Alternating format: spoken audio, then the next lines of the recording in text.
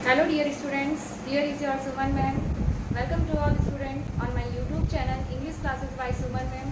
Now, today we will start the new topic for the 12th class which is the synthesis.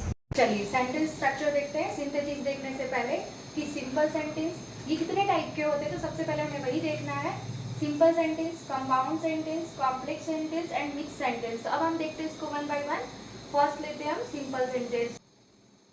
Simple sentence में क्या होता है, तो देखिए बच्चों, एक सब्जेक्ट और एक प्रेडिकेट होती है। देखो सब्जेक्ट क्या होता है और प्रेडिकेट क्या होता है, ये आपने फर्स्ट स्टैंडर्ड में रीड कर लिया होगा कि सब्जेक्ट जो ड्यूअर होता है उसे बोला जाता है और जो लेफ्ट में जो पार्ट बच जाता है उसे हम क्या बोलते हैं, प्रेडिकेट बोला जाता है। तो देखिए रवि रीड्स ए बुक, तो रवि हमारा यहाँ पे क्या है, सब्जेक्ट है। तो बाकी जो रिमेन्स में है वो क्या रह जाएगा, हमारा प्रेडिकेट। सेकंड पे है हमारा एक सब्जेक्ट प्लस एक फाइनाइट वर्ब। इसमें क्या होता है, वन ही सब्जेक्ट होता है और वन ही फाइनाइट वर्ब होती है, तब जाकर के वो हमारा कौन सा सेंटेंस होता है, सिंपल सेंटेंस। तो रवि रीड्स ए बुक, तो रवि हमारा यहाँ क्या हो गया, सब्जेक्ट, रीड्स हमारी क्या हो गई, फाइनाइट वर्ब हो गई। अब हम इसमें सिंपल सेंटेंस में और क्या देखने वाले हैं कि जिनमें एक प्रिंसिपल क्लॉज हो, he works, I am playing. Principal clause का मीनिंग होता है जो किसी पे डिपेंडेंट नहीं होता, वो इंडिपेंडेंट क्लॉज होता है। नेक्स्ट लेते हैं कंपाउंड सेंटेंस। दो या दो से अधिक प्रिंसिपल क्लॉज या इनको बोल सकते हैं इंडिपेंडेंट क्लॉज। इसमें क्या होगा बच्चों, दो या दो से अधिक क्या होगा, प्रिंसिपल क्लॉज होगा, जिसे हम और किस नेम से जानते हैं, इंडिपेंडेंट क्लॉज, यानी वो किसी भी क्लॉज पे डिपेंडेंट नहीं रहते हैं। उसके बाद में है प्रिंसिपल क्लॉज कोऑर्डिनेट कंजक्शन से जुड़ी रहती है। अब जो प्रिंसिपल क्लॉज होगी वो हमारी किससे जुड़ी रहेगी, कोऑर्डिनेट कंजक्शन। जो हम कंपाउंड सेंटेंस का डिस्क्राइब करेंगे तब हम वहां पे आपको बताएंगे। थर्ड नंबर पे आता है हमारा कोऑर्डिनेट क्लॉज, अपने अर्थ के लिए किसी क्लॉज पर डिपेंडेंट नहीं होती है। जो कोऑर्डिनेट क्लॉज होती है वो अपने अर्थ को या ना अपने मीनिंग को बताने के लिए किसी के ऊपर भी वो डिपेंडेंट नहीं होती है। अब इसमें देखते हैं कि कौन कौन से कोऑर्डिनेट कंजक्शंस कौन कौन से होते हैं। तो आपने फोर्थ, फिफ्थ या सिक्स स्टैंडर्ड में रीड किया होगा कि फैन बॉयज, क्योंकि हमें लर्न कराने के लिए क्या बोला जाता है कि फैन बॉयज को याद कर लीजिए। तो फोर एंड नॉर बट और यट सो, और बाकी वाले सभी किस में आते हैं, पेयर्स में आते हैं, जैसे कि as well as, still, while, both, either और, neither nor, not only but also, otherwise, nevertheless. तो देखिए यहाँ एग्जाम्पल से हम देखते हैं, Ravi played cricket, Rani played football. तो देखो इसमें क्या होगा कि जो रवि है वो क्या खेल रहा था, क्रिकेट खेल रहा था। रानी प्लेड फुटबॉल, रानी क्या खेल रही थी, फुटबॉल खेल रही थी। तो देखिए यहाँ पे दोनों क्लॉजेस में क्या है, एक ही फाइनाइट वर्ब है दोनों में, और इनका जो ऑब्जेक्ट है वो क्या है, डिफरेंट है। तो देखिए यहाँ की रवि प्लेड क्रिकेट, अब रवि है वो क्या हो जाएगा, हमारा प्रिंसिपल क्लॉज रहेगा, क्योंकि ये बिल्कुल क्या है, इंडिपेंडेंट क्लॉज है। और इसको हम क्या करेंगे, जब कंपाउंड सेंटेंस बनाएंगे तो वहां हम क्या करेंगे, कोऑर्डिनेट कंजक्शन से उसको कनेक्टिव करेंगे। कोऑर्डिनेट कंजक्शंस क्या लगाएंगे, एंड उसके बाद में जो बचा हुआ हमारा क्लॉज है, रानी प्लेड फुटबॉल, तो ये क्या है, इंडिपेंडेंट क्लॉज है, यानी कोऑर्डिनेट क्लॉज है। चलिए नेक्स्ट एग्जांपल से देखते हैं, Ravi type the letter, Ravi posted it.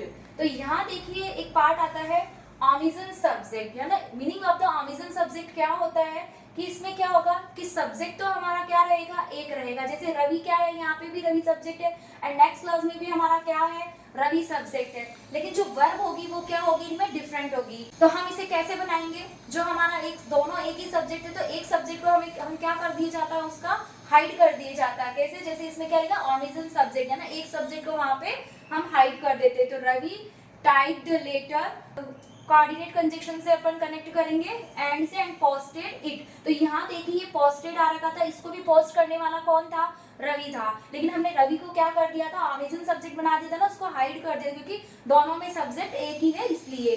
Next देखिए, Rani played football, Ravi played cricket. यहाँ क्या है कि जो ऑमिजन वर्ब है, दोनों की जो वर्ब होगी वो तो क्या होगी, सेम होगी, लेकिन जो सब्जेक्ट है वो क्या हो जाएंगे, डिफरेंट हो जाएंगे, है ना। एक वर्ब को क्या कर दिया जाएगा, हाइड कर दिया जाएगा। तो रानी प्लेड फुटबॉल, और कोऑर्डिनेट कंजक्शंस कौन सा लगाएंगे हम, एंड रवि क्रिकेट। चलिए, she purchase the book and read it and enjoy it. अब देखिए कंपाउंड सेंटेंस में और क्या होते हैं कि इसमें क्लॉजेस तो और भी हो सकती है, लेकिन उनको क्या करना होगा, हमें कोऑर्डिनेट कंजक्शन से कनेक्ट करना होगा। तो देखिए सी परचेज द बुक, अब ये जो वाला क्लॉज है हमारा, ये क्या है, प्रिंसिपल क्लॉज है, ये अपने आप में किसी के ऊपर डिपेंडेंट नहीं, इंडिपेंडेंट क्लोज है।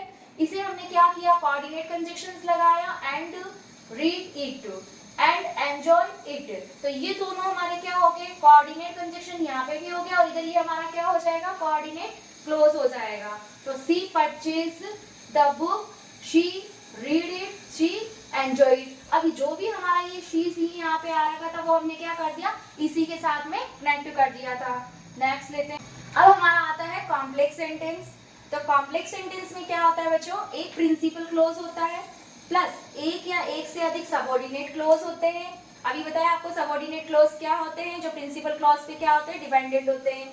एक सिंपल सेंटेंस होता है प्लस एक या एक से अधिक सबऑर्डिनेट क्लोज होते हैं। देखिए सबऑर्डिनेट क्लोज, डिपेंडेंट क्लोज अपने पूर्ण अर्थ के लिए प्रिंसिपल क्लॉज पे डिपेंड रहती है। सबऑर्डिनेट क्लोज सबऑर्डिनेट कंजंक्शन से शुरू होती है। तो सबऑर्डिनेट जो क्लोज होता है वो हमारा किससे शुरू होता है, सबऑर्डिनेट कंजंक्शन से शुरू होता है। तो अब देखते हैं हम सबऑर्डिनेट कंजंक्शन क्या होता है, क्योंकि हमने इतनी देर में यही देखा ना कि सबऑर्डिनेट कंजंक्शन तो ये होते कौन कौन से हैं। तो आप इसका क्या कर लीजिए, स्क्रीनशॉट ले लीजिए, मैं आपको टाइम दे देती हूँ। देखिए एग्जाम्पल ले लेते हैं हम, एग्जाम्पल से समझते हैं। He is the boy who stall my mobile. तो यहाँ देखिए, यहाँ क्या दे रखा है मेरा, हु को नहीं देखना, उससे पहले हमें देखना है कि ही इज द बॉय। यहाँ पे ये क्या है हमारा, इंडिपेंडेंट क्लोज है, प्रिंसिपल क्लोज है, और इसे हमने क्या कर दिया, सबऑर्डिनेट कंजंक्शन से हमने क्या कर दिया, यहाँ पे कनेक्ट कर दिया है, स्टॉल माई मोबाइल। और ये क्या हो जाएगी हमारी, डिपेंडेंट क्लोज हो जाएगी, सबऑर्डिनेट क्लोज हो जाएगी। देखिए बच्चों ये डिपेंडेंट क्लोज क्या होती है, इसके लिए एक बार देखना कि जो सबऑर्डिनेट कंजंक्शन है उसके बाद ही शुरू होती है हमारी सबऑर्डिनेट क्लोज। तो ये स्टॉल माई मोबाइल, अब स्टॉल माई मोबाइल है तो ये क्या कंप्लीट सेंस दे रही है, नहीं दे रही है ना। तो ये किस पे डिपेंड है, ही इज द बॉय पे, कि ये वह लड़का है जिसने मेरा मोबाइल चुरा लिया था। नेक्स्ट देखिए, he was absent because he was ill. तो अब आपको ये क्वेरी होगी कि मैम हमें कैसे पता चलेगा कि यहाँ पे हु लगाना है, बिकॉज लगाना, तो वो डिपेंड करेगा, हम डेस्क्रिप्शन देंगे आपको पूरा। He was absent because he was ill। तो यहाँ देखिए because हमारा क्या हो गया, सबऑर्डिनेट कंजंक्शन हो गया। he was ill हमारा क्या हो गया, ये सबऑर्डिनेट क्लॉज से स्टार्ट होती है इसलिए सबऑर्डिनेट क्लॉज हो गई। और ये जो he was absent है ये क्या हमारा, ये प्रिंसिपल क्लॉज है। और जो सबऑर्डिनेट क्लॉज है वो किस पे डिपेंडेंट है, हमारे प्रिंसिपल क्लॉज में। चलिए नेक्स्ट देखते हैं। When she asked me, I told her that I would not help her। तो देखिए यहाँ पे कैसा होता है, हमें ये कभी नहीं पूछेंगे कि इसके अंदर कौन सा सबऑर्डिनेट क्लॉजेस है और कौन सा कोऑर्डिनेट क्लॉज है, कौन सा प्रिंसिपल क्लॉज है। ये सब बड़ी एग्जाम्स होती है उसमें आता है, ऐसा ऑप्शन में देके पूछते हैं, हमें तो डायरेक्टली यहाँ पे फिल करवाने वाले हैं। When she asked me, I told her। तो when यहाँ पे क्या हो गया, सबऑर्डिनेट क्लॉज हो गया, क्योंकि अभी आपको मैंने चार्ट दिया था कि आप स्क्रीनशॉट ले लीजिए, तो वहां देखना आप जाकर के कि when क्या है हमारा, सबऑर्डिनेट कंजंक्शन है। She asked me, I told her। अब I told her क्या है, एक प्रिंसिपल क्लॉज है, एक इंडिपेंडेंट क्लॉज है। उसके बाद में आता है हमारा that हमारा फिर से क्या हो गया, सबऑर्डिनेट कंजंक्शन हो गया। I would not help her। तो ये I would not help her क्या हो गया हमारा, डिपेंडेंट क्लॉज हो गया। और डिपेंडेंट क्लॉज कहाँ से स्टार्ट होता है, सबऑर्डिनेट कंजंक्शन के बाद में स्टार्ट होता है।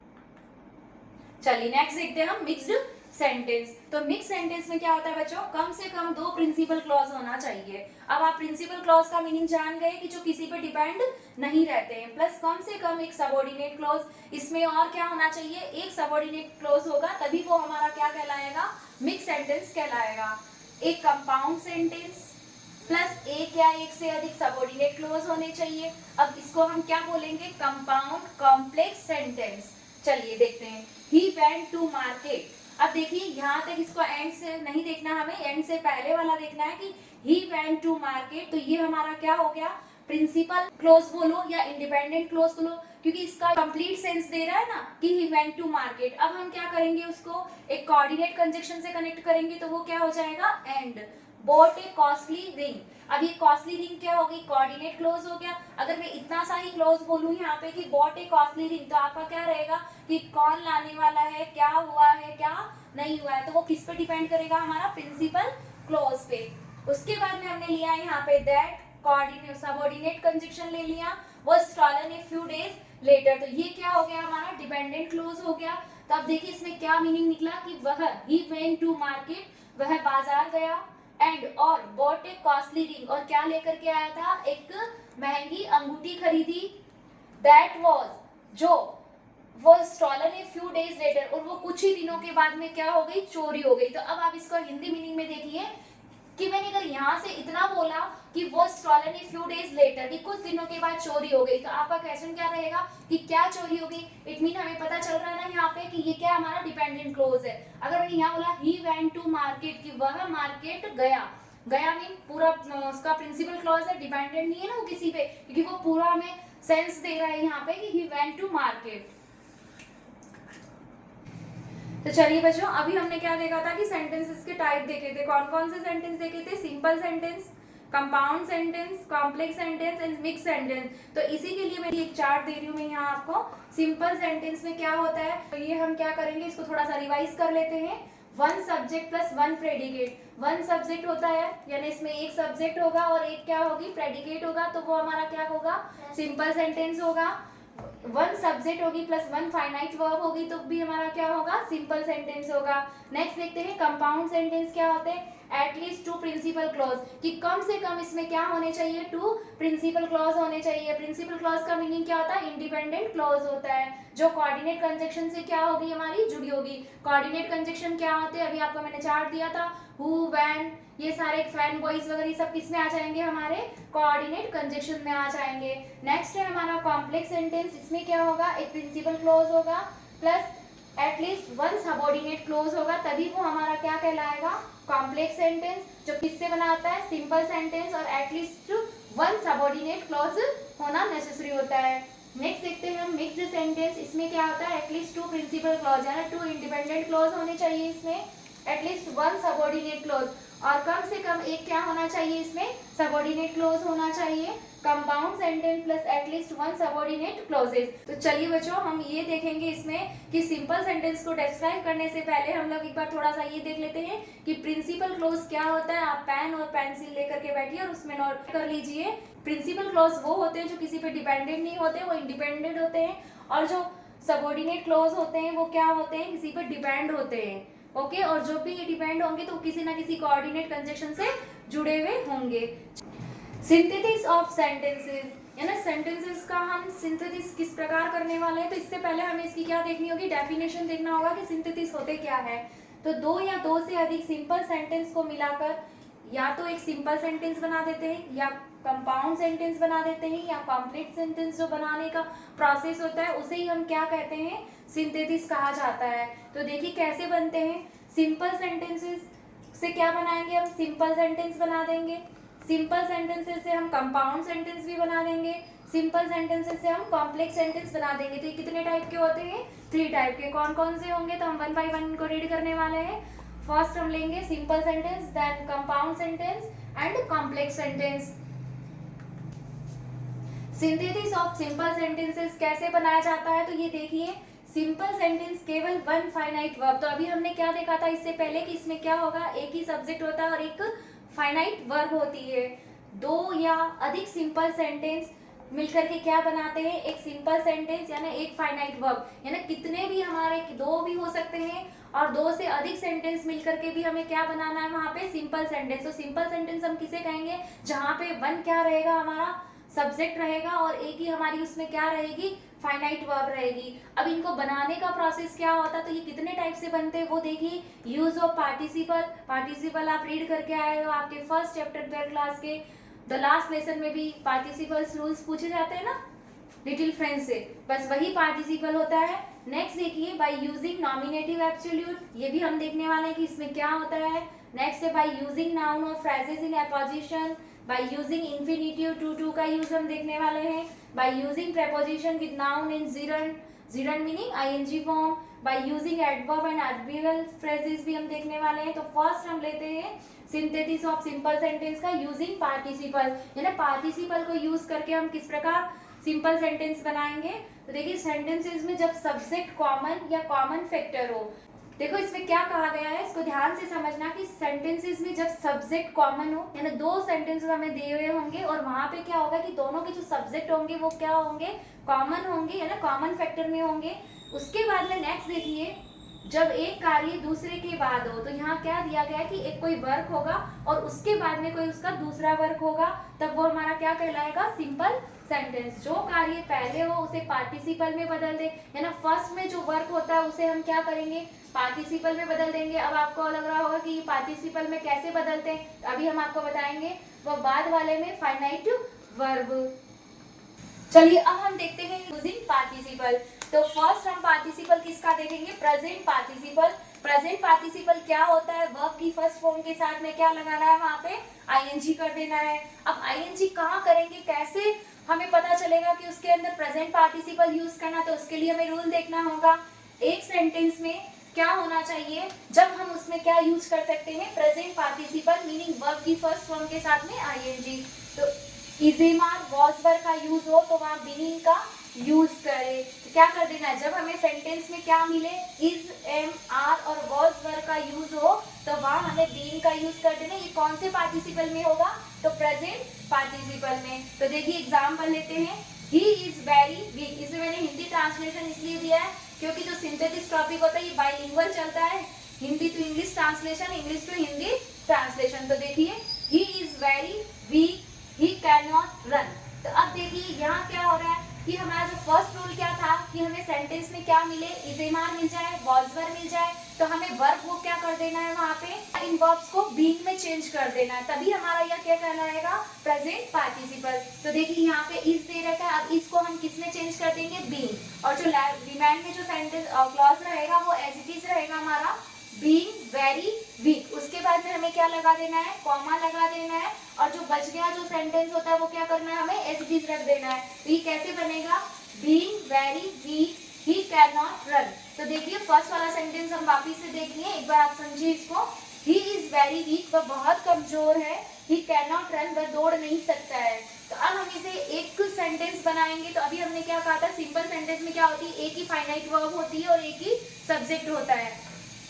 तो हम क्या करेंगे, अभी भी हमने यही बताया आपको कि सब्जेक्ट भी क्या होंगे, दोनों सेम होंगे, है ना, कॉमन फैक्टर में होंगे कि भाई वो वीक है इस कारण वो दौड़ नहीं सकता, कमजोर होने के कारण वो क्या नहीं कर सकता, दौड़ नहीं सकता है। तो हमने क्या ले लिया, being very weak he can not run. Okay चलिए नेक्स्ट देखते हैं, he is rich he can buy A car. He is rich, वह अमीर है, he can buy A car, वह एक कार खरीद सकता है। तो फिर से यहाँ पे देखिए, यहाँ क्या दे रखा है, इजेमार में से दे रखा है, इसका मतलब प्रेजेंट पार्टिसिपल करना है। प्रेजेंट पार्टिसिपल करना है तो मीनिंग बीइंग का यूज करना है। तो हम क्या करेंगे, बीइंग रिच, उसके बाद में हम कॉमा लगा देंगे और जो बचा हुआ सेंटेंस होगा उसको क्या करेंगे, एज इट इज रख देंगे। Being rich he can buy A car, वो अमीर होने के कारण क्या कर सकता है, वो कार खरीद सकता है। नेक्स्ट रूल देखते हैं इसका प्रेजेंट पार्टिसिपल का, जहाँ पे V1 प्लस आईएनजी का यूज होगा।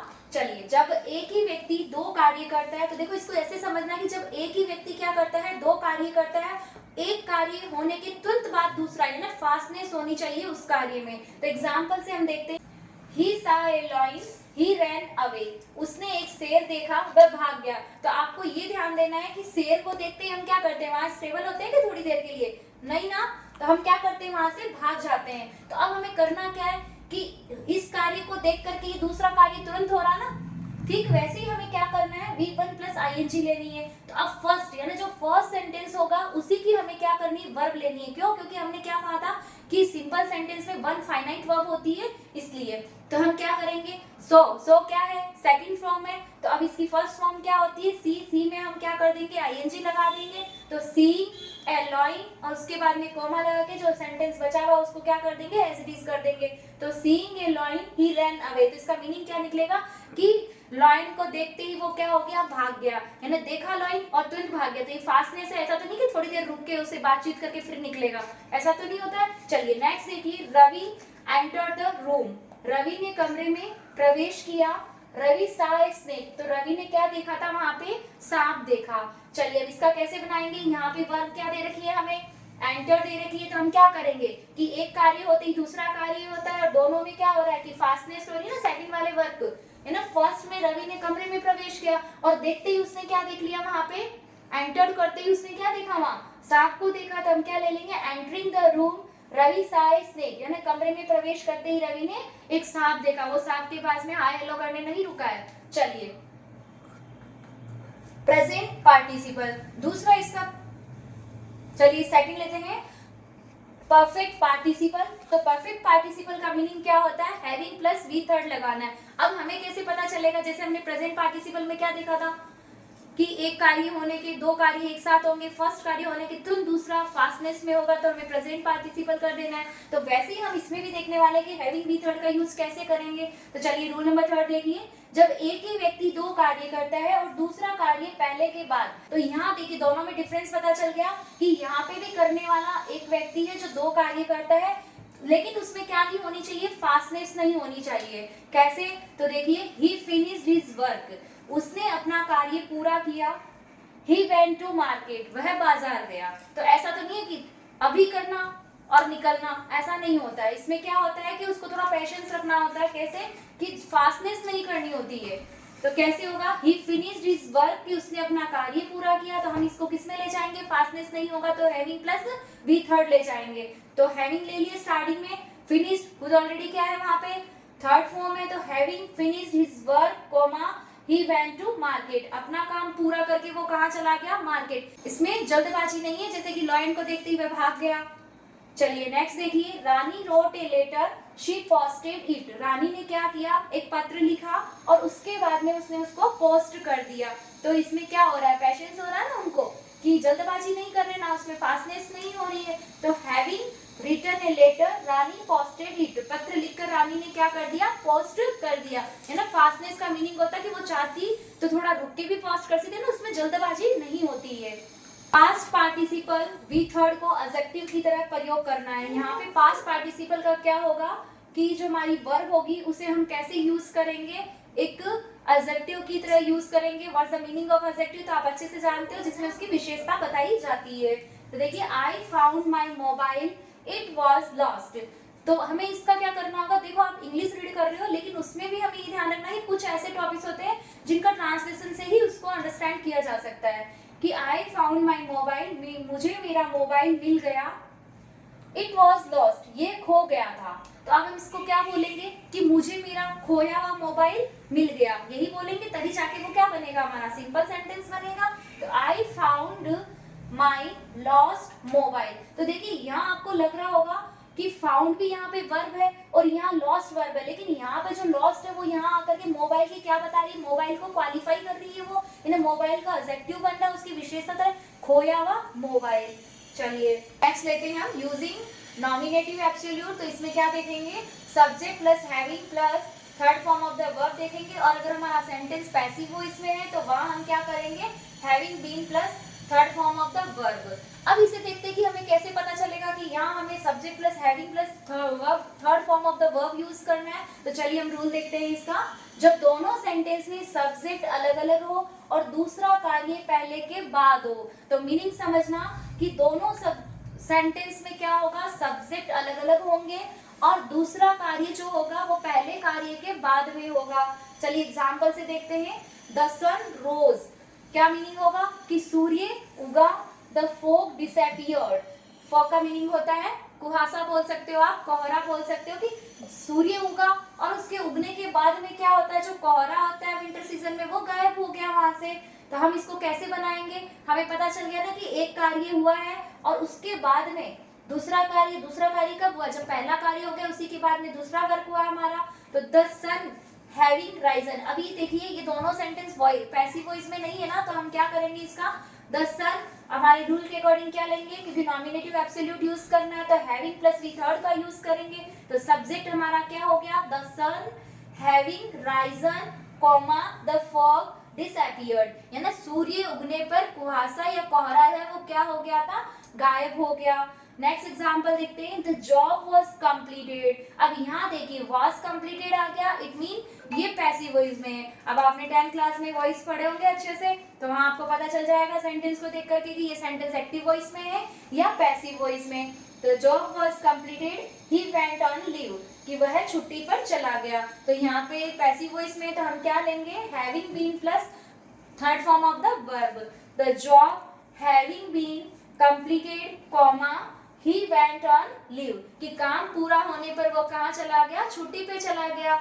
चलिए यूजिंग नाउन और फ्रेज इन अपोजिशन। अब देखिए थर्ड वाला हमारा क्या रहेगा, यूजिंग नाउन और फ्रेज इन अपोजिशन। पहले सेंटेंस में नाउन दी गई है, दूसरे में उसकी व्याख्या, विशेषता, डिटेल दी है। तो इसको ऐसे समझिए कि हमारा जो इसमें भी क्या होंगे, दो सेंटेंस होंगे, तभी जाके हम उसको क्या बनाएंगे, एक सिंपल सेंटेंस में चेंज कर देंगे। तो फर्स्ट सेंटेंस में हमें क्या दी होगी, नाउन दे रखी होगी, एंड दूसरे वाले सेंटेंस में उसकी क्या होगी, पूरी डिटेल होगी, या वो उसकी एडजेक्टिव होगी, उसके बारे में फीचर्स बताएगी, उसकी विशेषताएं बताएगी। चलिए देखते हैं एग्जाम्पल से। आई वेंट टू जयपुर, मैं जयपुर गया। Jaipur is the capital of Rajasthan. Jaipur क्या है भाई, राजस्थान की राजधानी है। तो अब इसको ऐसे समझिएगा कि जयपुर यहाँ पे एक नाउन है, और जो दूसरा वाला सेंटेंस है वो क्या कर रहा है, इसकी डिटेल दे रहा है ना कि क्या है, राजस्थान की राजधानी है। तो अब हम इसको कैसे चेंज करेंगे, तो वो देखिए, I went to Jaipur comma the capital of Rajasthan, क्योंकि जयपुर वापिस से लिखने की हमें नीड नहीं होती है, क्योंकि जयपुर फर्स्ट में हमने ले लिया। हमने यही कहा था ना कि एक सब्जेक्ट हो और एक वर्ब हो। तो देखिए, आई went to Jaipur, the capital of Rajasthan. Next example देखिए, Milton was a famous English poet. कि मिल्टन यहाँ पे क्या है, एक फेमस, आपने लिटरेचर लिया होगा तो वहाँ देखा कि मिल्टन ने बहुत सारी पॉम्स राइट की है, लिटरेचर में बहुत बड़ा इनका योगदान रहता है अपने मिल्टन साहब का। तो देखिए, मिल्टन एक प्रसिद्ध अंग्रेजी कवि थे। He was blind, वह कैसे थे, अंधे थे। तो अब देखो, इसको क्वालिफाई कौन कर रहा है, यहाँ से हो रहा है ना। इसके बारे में जो भी डिटेल दे रहे हैं मिल्टन के लिए, वो कौन दे रहे हैं हमें, ये वाला जो सेंटेंस है वह दे रहा था। हम इसे क्या बोलेंगे कि एक प्रसिद्ध अंग्रेजी जो कवि है वो कैसे थे, अंधे थे। तो अब देखिए, मिल्टन कोमा, क्योंकि मिल्टन के बारे में यहाँ सब्जेक्ट है ये हमारा। अब इसके बारे में हम क्या डिस्क्राइब दे रहे हैं यहाँ पे, a famous English poet was blind. Next लेते हैं हम यूजिंग इंफिनिटिव। अब यूजिंग इंफिनिटिव में हम क्या देखेंगे कि दूसरे सेंटेंस में, यानी इस सेंटेंस कितने होंगे, ये आपके माइंड में स्टेबल हो जाना चाहिए कि 2 सेंटेंस इसमें होंगे, और जिनमें से अलग अलग उसका डिस्क्राइब दिया हुआ रहेगा। दूसरे सेंटेंस में पर्पस होगा, कोई गैस, अनुमान होगा, कोई तर्क, आर्ग्यू होगा, या उसका कोई डिसीजन लेना होगा, या उसका रिजल्ट या रीजन बताएगा। कौन सा सेंटेंस, सेकंड वाला सेंटेंस हमें ये सब बताएगा, तब वो हमारा क्या कहलाएगा, यूजिंग इंफिनिटिव। कैसे, जैसे रवि वर्कड हार्ड, रवि ने क्या करी, कड़ी मेहनत करी। He wanted to get first prize, वह प्रथम पुरस्कार प्राप्त करना चाहता था।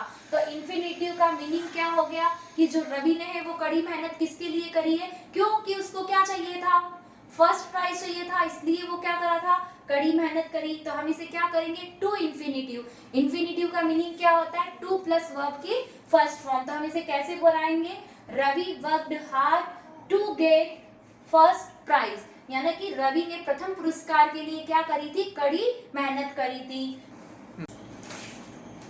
सी came here, she signed the agreement. तो अब इसी वाले सेंटेंस को आप देखिए कि इसमें भी क्या हो रहा है, उसका कोई ना कोई पर्पस है कि वो यहाँ आई, किसके लिए आई थी, वो एग्रीमेंट के लिए आई, यही है ना उसका कारण।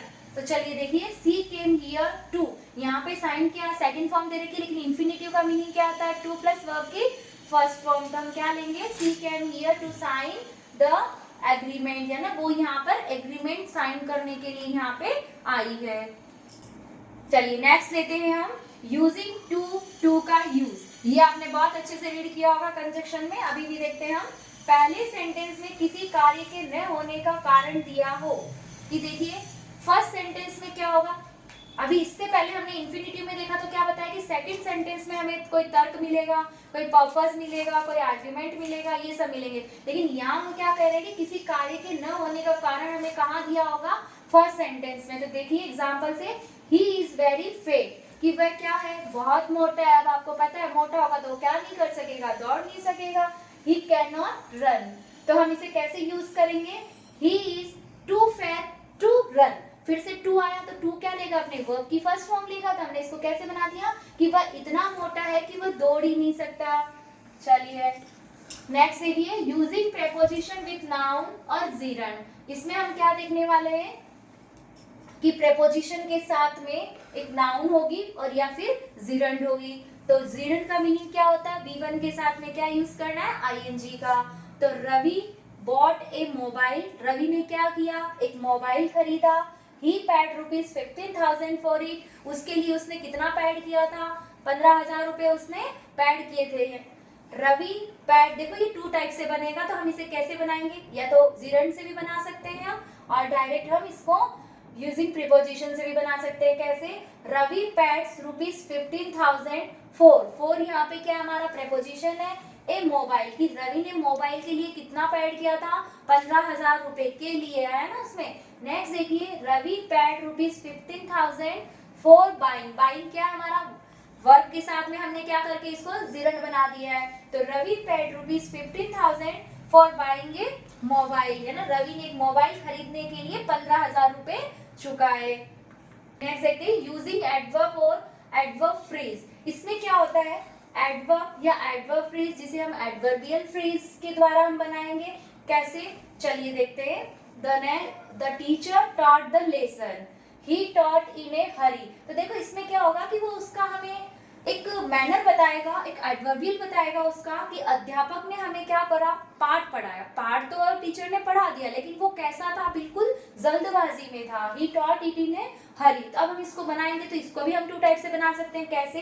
The teacher taught the lesson in a hurry, कि अध्यापक ने हमें पढ़ाया। कैसे पढ़ाया था? उसने जल्दी में पाठ पढ़ा दिया। नेक्स्ट देखो, the teacher taught the lesson हरीडली। तो यहाँ देखिए इन ए हरी, ये हमारी क्या हो रही है? ये एडवर्ब आ रही है हमारे, ये एडवर्बियल पार्ट आ रहा है हरीडली। एडवर्ब रीड करिए, आपने सेकंड क्लास से स्टार्ट होती है ये। चलिए थोड़ा सा ब्रेक लेके हम इसको देख लेते हैं कि हमने कितने टाइप के इसके अंदर सिंपल सेंटेंस बनाने सीखे हैं। तो देखिए यहाँ हमने क्या क्या देखा बच्चों? सिंथेसिस ऑफ सिंपल सेंटेंस आज हमारा फर्स्ट था। कल हम लेने वाले हैं कंपाउंड सेंटेंस कैसे बनाया जाता है सिंपल सेंटेंस से। उसके बाद में हम लेने वाले हैं कॉम्प्लेक्स सेंटेंस। तो फर्स्ट हमने क्या देखा? Use of participle. उसके बाद में नॉमिनेटिव एब्सोल्यूट देखा था, फिर फ्रेज इन अपोजिशन देखा, फिर इंफिनिटिव टू डू का यूज करवा दिया। उसके बाद में विद नाउन एंड जिरंड देखा। लास्ट में हमने एडवर्बियल फ्रेजेस देखी। तो चलिए बच्चों, आज की क्लास को हम यहीं ड्रॉप आउट करते हैं। मिलते हैं कंपाउंड सेंटेंस के साथ में। तो आज का श्रेय इस बारे मेरे 12th के स्टूडेंट्स पे जाता है कि उन्होंने आज बहुत फोर्स किया था कि मैम आज आप बहुत लंबे टाइम के बाद आज आपको एक ऑनलाइन क्लास लेनी होगी और अब से आप रेगुलर रहोगे। तो मैं रेगुलर का तो नहीं कह सकती हूँ, बट मैं आपके ग्रामर के जो टॉपिक रहेंगे 12th के, वो मैं अपने ऑनलाइन प्लेटफॉर्म पे ले लूंगी सारे टॉपिक।